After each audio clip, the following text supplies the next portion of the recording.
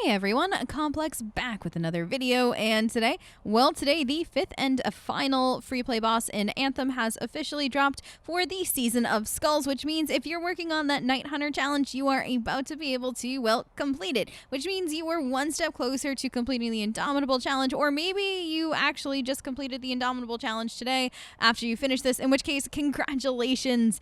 That's incredible. I hope you enjoy all the new armors that you got. But today I wanted to walk you through how to do the free play boss event. And so same thing as normal, you're going to have to go in and do the 3 events that are out in free play in order to unlock the event itself. And it will say help the Sentinels with the monument. And then we'll head in and go from there.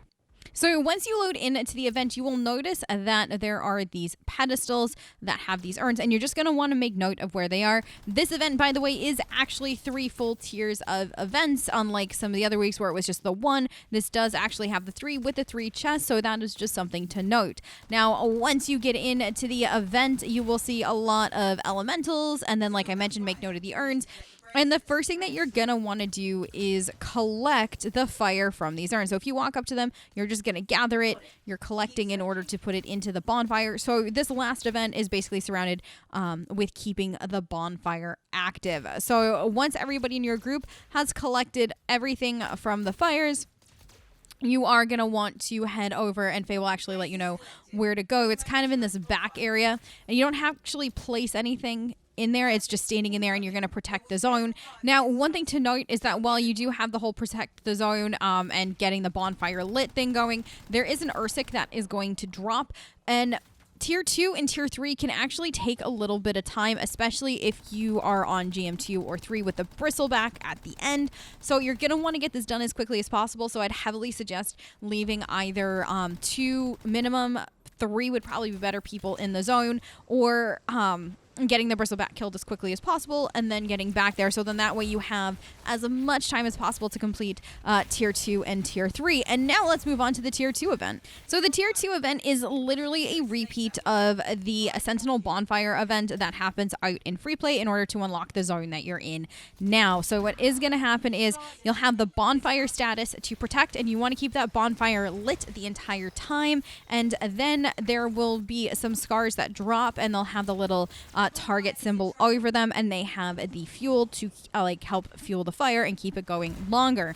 Some things to note: this area is again a full 5 minutes, just like out in free play, to keep that bonfire status alive, which is why doing the Tier 1 event as quickly as humanly possible is going to be crucial, especially if you're playing on GM2 or GM3, because Bristlebacks can be a bit of a pain in the butt to kill. So I would highly suggest making sure that Tier 1 gets done as quickly as possible. Now, some tips to keeping that bonfire alive for the full 5 minutes. You're going to want to make sure you're leaving at least 1 to 2 people in the circle, and then other people killing everything. I don't know if killing the amount of bad guys as quickly as possible will speed up how fast you get fuel. We didn't really notice anything like that, but that is just something to keep in mind. Now, when the bonfire status is that nice kind of like orangey color, you know that you're doing well. The bonfire is staying lit and it's not really decaying all that fast. Now, when it goes like that really rich, deep red color, it almost looks similar to like the health bar colors on the scar. That's when the fire gets dangerous, and that's what happens when somebody is either there's nobody babysitting the bonfire, or you have enemies within the zone of the bonfire, and that decays the fire status really, really fast. So if you find that you're failing this part of the event for whatever reason, it's probably because you're either letting enemies in, or you're not staying, or there's nobody in your squad staying at the bonfire and babysitting it. So just making sure that that happens so you can keep it lit for the full 5 minutes. Now, the other thing to note is that normally you have either Faye or the Sentinels kind of talking to you in the free play event and kind of giving you verbal cues as to when somebody is going to drop, or anything like drop with the fuel, or hey, the bonfire's, you know, getting dangerously low. I didn't really notice any of that in this event, so you're going to have to make sure that you're babysitting this all on your own. Now, once this tier is completed, you're moving on to the Tier 3 event, which is, well, killing the Bristleback. If you have forgotten the Bristleback, we saw that beautiful creature in the original Cataclysm as a free play boss for the Conjunction.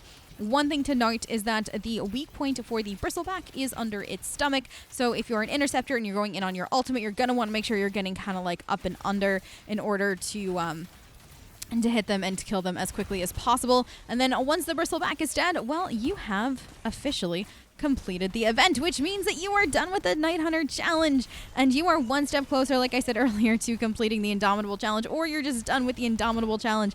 Either way, congrats, you got another thing done. And some housekeeping stuff. The Castle Kelric has launched in the Cataclysm, which means that all 7 arenas are officially open within the Cataclysm, and now is the perfect time to make sure that you're grinding out the Indomitable challenge. You need 7,500 kills total amongst 3 different challenges in order to complete the Indomitable challenge, so it is best to get in there now and to start getting your kills because you have about 14 days before the Season of Skulls finishes. But y'all, I hope that this helped if you were having any trouble with the new free play event for Season of Skulls. If you have any questions, leave it in the comments down below or find me on Twitch. I am always happy to help when and where I can. I hope you all have a fantastic rest of your night and or day, depending on where you are in the world, and I will catch you next time. Bye, guys.